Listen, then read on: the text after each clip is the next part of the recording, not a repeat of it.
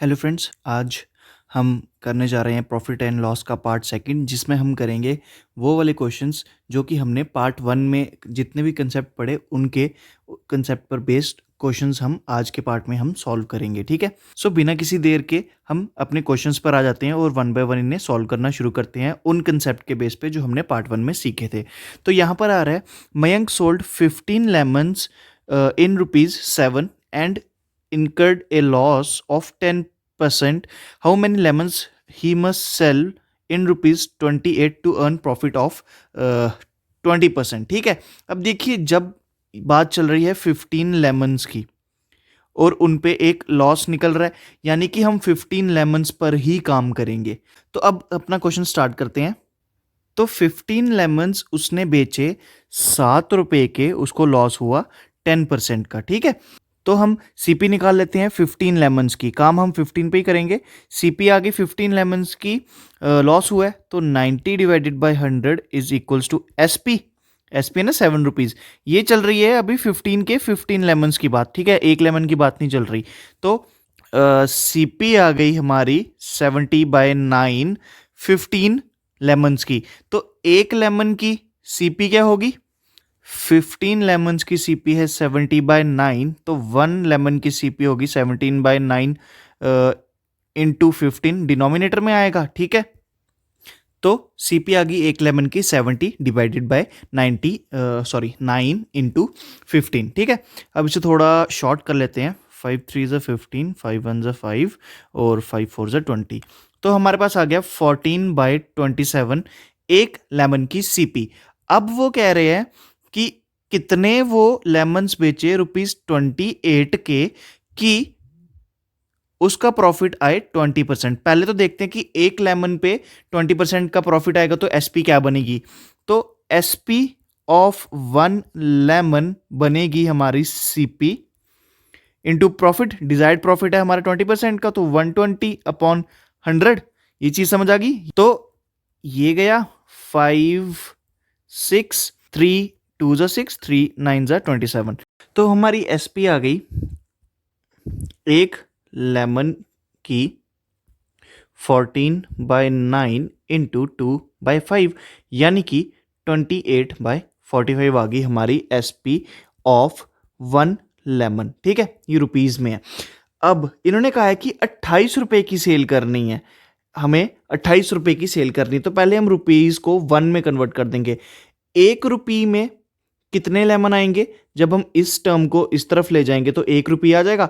1 रुपये में 45/28 लेमन्स आएंगे जो हमें 20% का प्रॉफिट देंगे। इन्होंने कहा है 28 रुपये में कितने लेमन आएंगे जो हमें 20% का प्रॉफिट देंगे। तो दोनों साइड को हम 28 से मल्टीप्लाई कर देंगे। 28 रुपीज़ में आ गया 45 डिवाइडेड बाई 28 इंटू 28। 28 से 28 गया, हमारे पास बचा सिर्फ 45।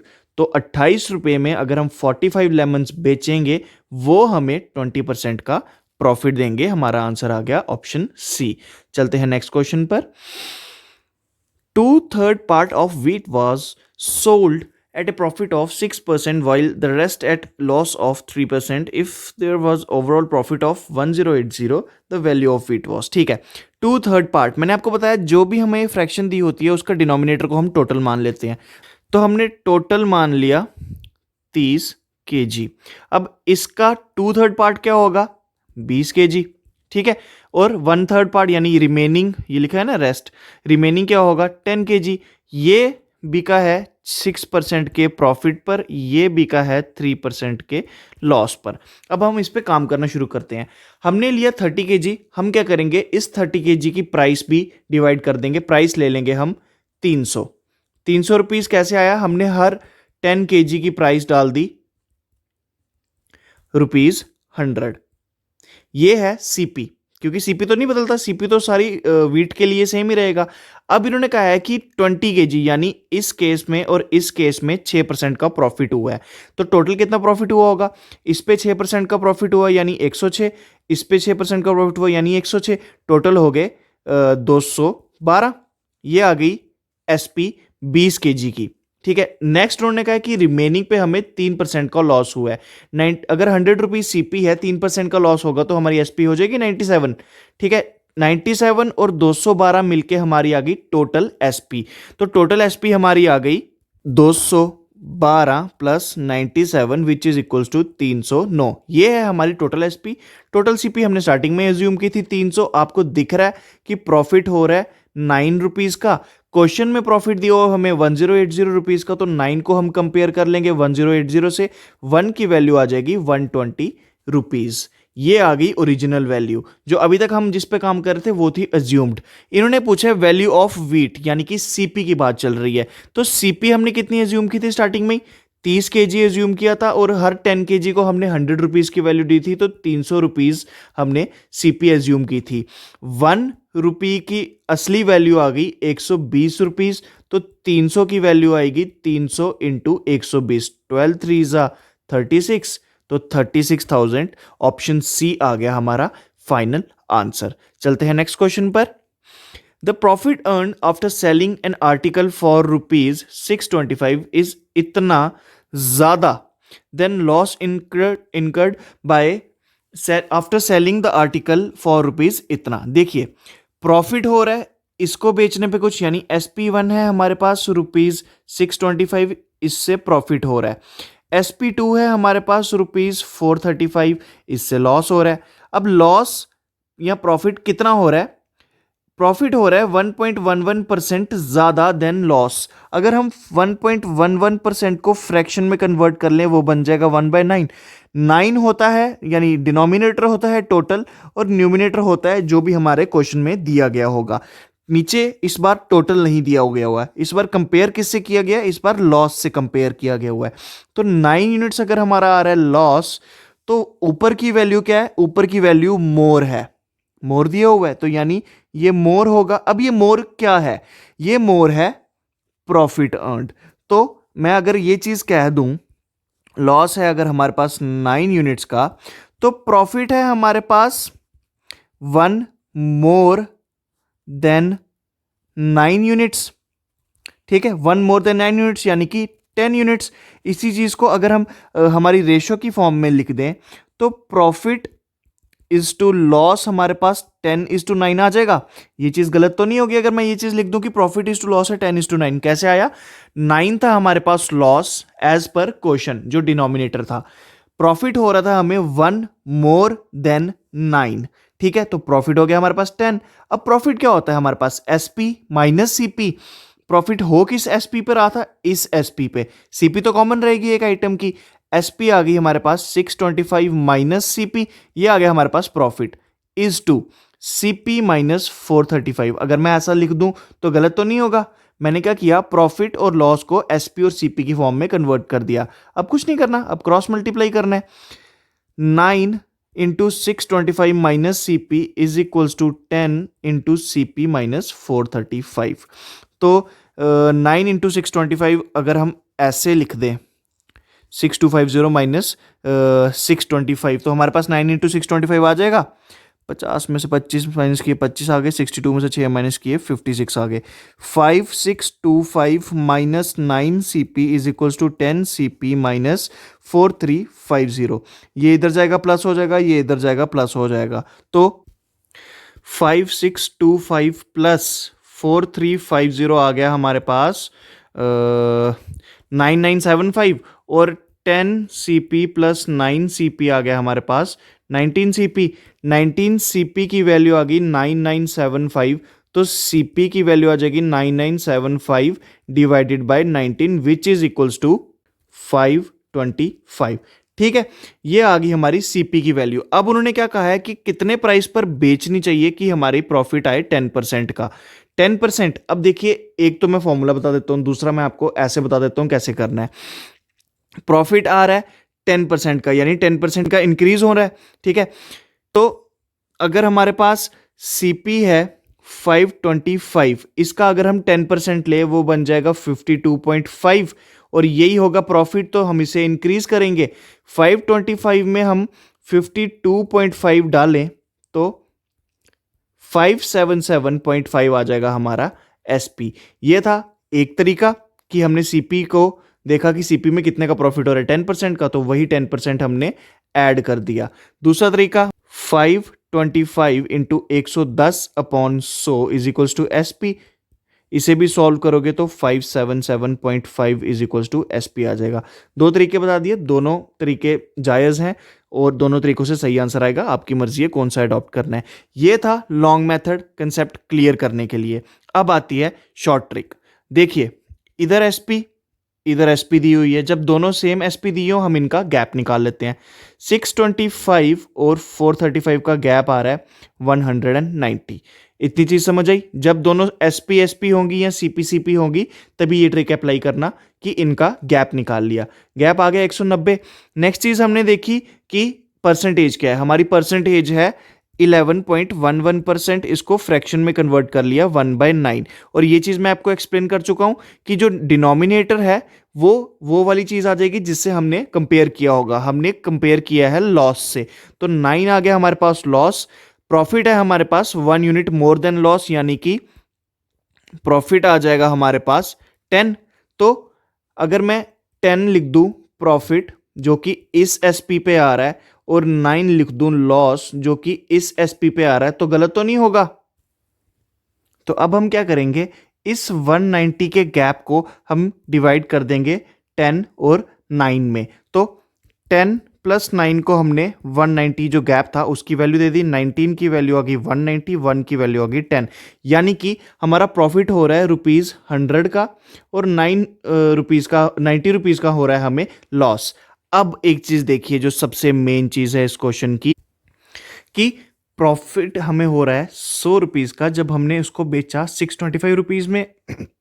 वहीं लॉस हमें हो रहा है 90 रुपीज़ का अगर हम उसको बेचते हैं 435 रुपीज़ में। अब मुझे एक चीज़ बताओ, अगर मुझे इनसे सीपी निकालनी हो तो सीपी क्या निकलेगी।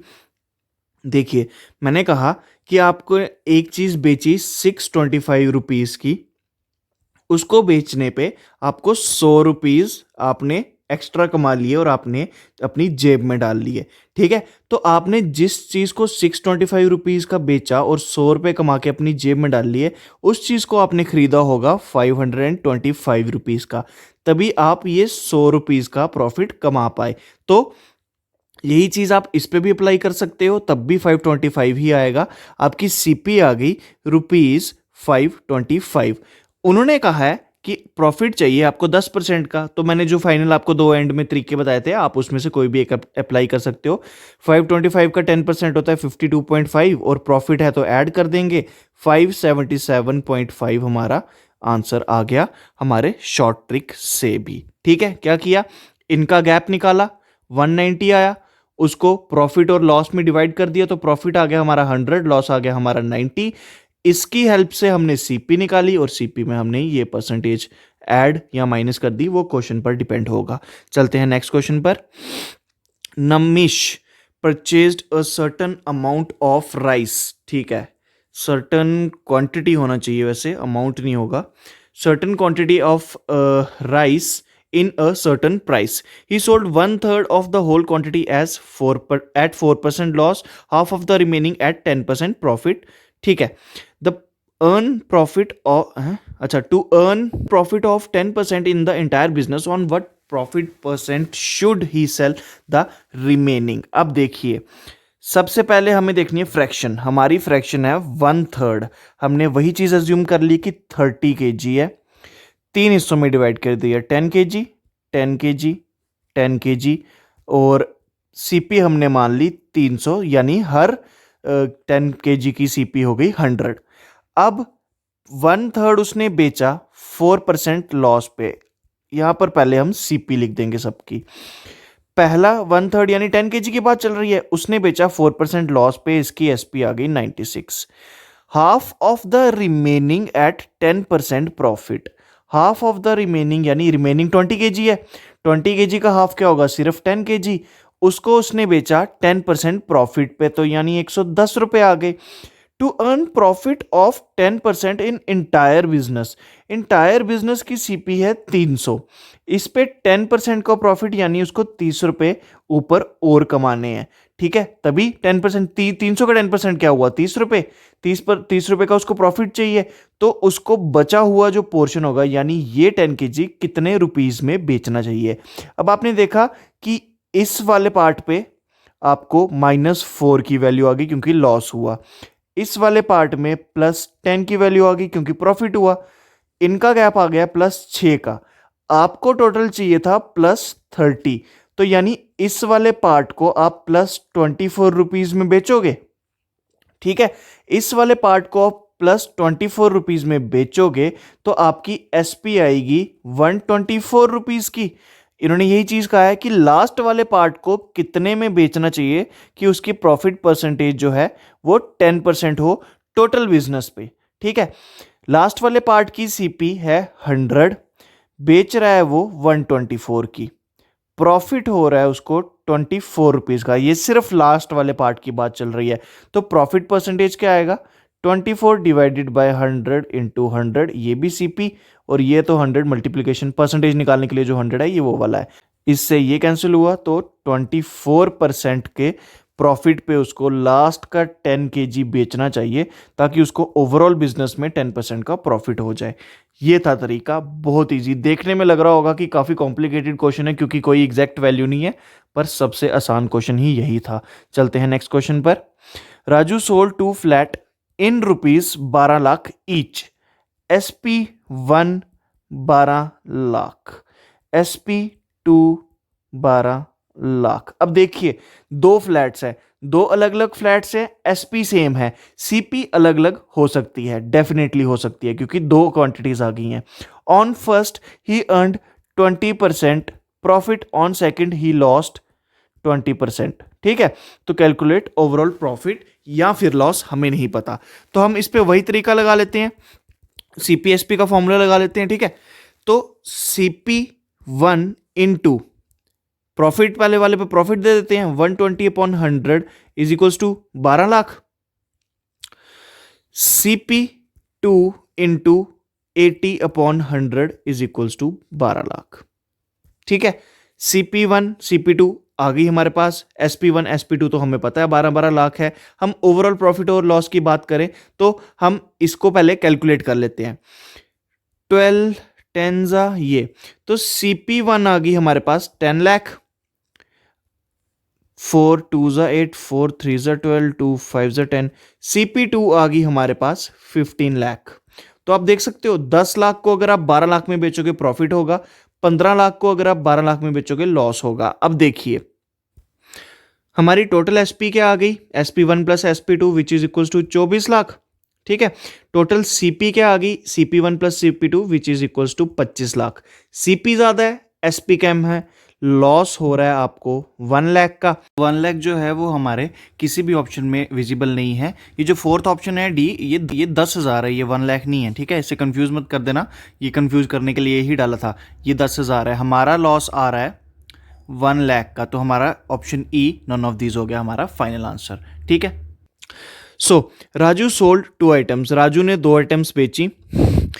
On first he earned 20% profit and on second he lost 10%. If CP of first item equals to SP of, अब देखिए CP of first item is equals to SP of second item या फिर profit of first item equals to loss of second item, ऐसे question जब भी आते हैं तो आपको इन परसेंटेज को फ्रैक्शन वाले टाइप से सॉल्व करना है। फिर से रिपीट कर रहा हूं, जब CP of first item second item के एसपी से मैचिंग या फिर सीपी से मैचिंग या प्रॉफिट लॉस किसी भी चीज से मैचिंग हो तो आपको इन परसेंटेजेस को फ्रैक्शन वाले तरीके से करना है। पहली में उसको 20% का प्रॉफिट हुआ, 20% होता है हमारे पास 1/5, सीपी है 5, प्रॉफिट है 1, एसपी हो गई आपके पास 6। सेकंड पे उसको 10% का लॉस हो रहा है, यानी 1/10, सीपी है 10, लॉस है 1, एसपी आ गई 9। अब देखते हैं उन्होंने क्वेश्चन में क्या कहा है। CP of first is equals to SP of second, SP of second हमें इन दोनों को बराबर करना है। कैसे होगा, जब हम इस पूरी टर्म को हम कर देंगे 9 से मल्टीप्लाई, इस पूरी टर्म को कर देंगे 5 से मल्टीप्लाई। अब उन्होंने कहा है calculate overall profit slash loss percent. ठीक है, तो आपको दिख रहा है 9 5 45 सीपी और 9 5 45 एसपी हमारी इक्वेट हो चुकी है। अब हम सिर्फ प्रॉफिट और लॉस पे काम करेंगे। प्रॉफिट आ रहा है हमारा 9 into 1 which is equal to 9, loss हमारा आ रहा है 5 into 1 which is equals to 5। तो आप देख सकते हैं कि ओवरऑल आपको 4 यूनिट का प्रॉफिट हो रहा है। अब आपका प्रॉफिट आ रहा है 4, सीपी है 9 5 ज़ा 45 प्लस 5 10 ज़ा 50, 45 प्लस 50 हो गया आपके पास 95 इंटू 100। अब 5 20 ज़ा 19 ज़ा, तो आपके पास आ गया 19, न्यूमरेटर में आ गया 80, तो 19 4 ज़ा जो भी होगा 9 4 ज़ा आपको पता है 36 होता है, आपके पास बचेंगे 80 के लिए 4, तो रिमेनिंग में जो रिमाइंडर होगा आपका वो आ जाएगा 4। मुझे 19 का टेबल नहीं आता था, मुझे बस इतना पता था कि यहाँ हर जगह 4 4 4 4 दिया हुआ है, तो 19 4 ज़ा मैंने किया और 9 4 ज़ा होता है 36, यानी कि हमारा जो बचा हुआ गैप है 80 तक पहुंचने के लिए वो 4 का ही होगा। तो 4 4 यहां पर आपको दिख रहा है, हमारा आंसर आ जाएगा 4/19%। तो ये वाला ऑप्शन, इसको बेसिकली मिक्स फ्रैक्शन में ऐसे लिखते हैं, तो 4/19% आ गया। कैसे किया फिर से देख लीजिए, 80/19 था, मुझे 19 का टेबल नहीं आता था, पर मुझे दिख रहा था कि हर ऑप्शन में 4 आ रहा है, तो मुझे पता चल गया कि 19 4 से मल्टीप्लाई होगा, तो 9 4 से मुझे पता 36, ठीक है, 6 लिख लिया हमने सबसे यूनिट डिजिट पर, और ऊपर जो होता है, जो ये वाली टर्म है, ये हमेशा रिमाइंडर होती है। हमें पता है कि 9 4 ज़ा 36 आ गया, हमें 80 तक जाना है, तो ये डेफिनेटली 76 ही होगा। 80 तक जाने के लिए कितना रिमाइंडर बचा, 4 का, तो हमारा 4/19% आ गया हमारा फाइनल आंसर। इसी के साथ हमारा प्रॉफिट एंड लॉस का पार्ट सेकंड भी होता है खत्म। कल मैं आपके लिए कुछ और थोड़े हाई लेवल के क्वेश्चंस लेके आऊँगा, कुछ कंसेप्ट भी होंगे उसमें, ठीक है, नए सीखने वाले। जैसे आज मैंने आपको सिखाया एक क्वेश्चन जिसमें हमने फ्रैक्शन में कन्वर्ट करके सीपी और एसपी को बराबर किया, ये भी एक कंसेप्ट ही था आप लोगों के लिए, ठीक है। वैसे ही और क्वेश्चंस मैं आपके लिए लेके आऊँगा, उम्मीद है आपको वो क्वेश्चन भी पसंद आएंगे। Thank you.